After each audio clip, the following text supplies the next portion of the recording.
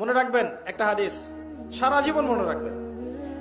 বান্দা আল্লাহর সম্পর্কে যেমন ধারণা করে আল্লাহ বান্দার সাথে তেমন। আমার কথা কি বুঝতে পারছেন? বান্দা আল্লাহর সম্পর্কে ঠিক যেমন ধারণা করবে আল্লাহ বান্দার প্রতি হুবাহু তেমন থাকবে। দেখবেন, এক্সাম্পল দেখাবো। উমর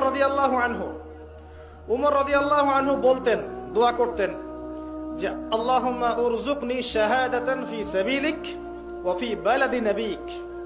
হে আল্লাহ, আমাকে আপনার নবী মুহাম্মদ সাল্লাল্লাহু আলাইহি ওয়াসাল্লামের শহরে শাহাদাতের মৃত্যু দিয়ে। কথা বুঝতে পারছেন? বুঝেন নাই মনে হয়।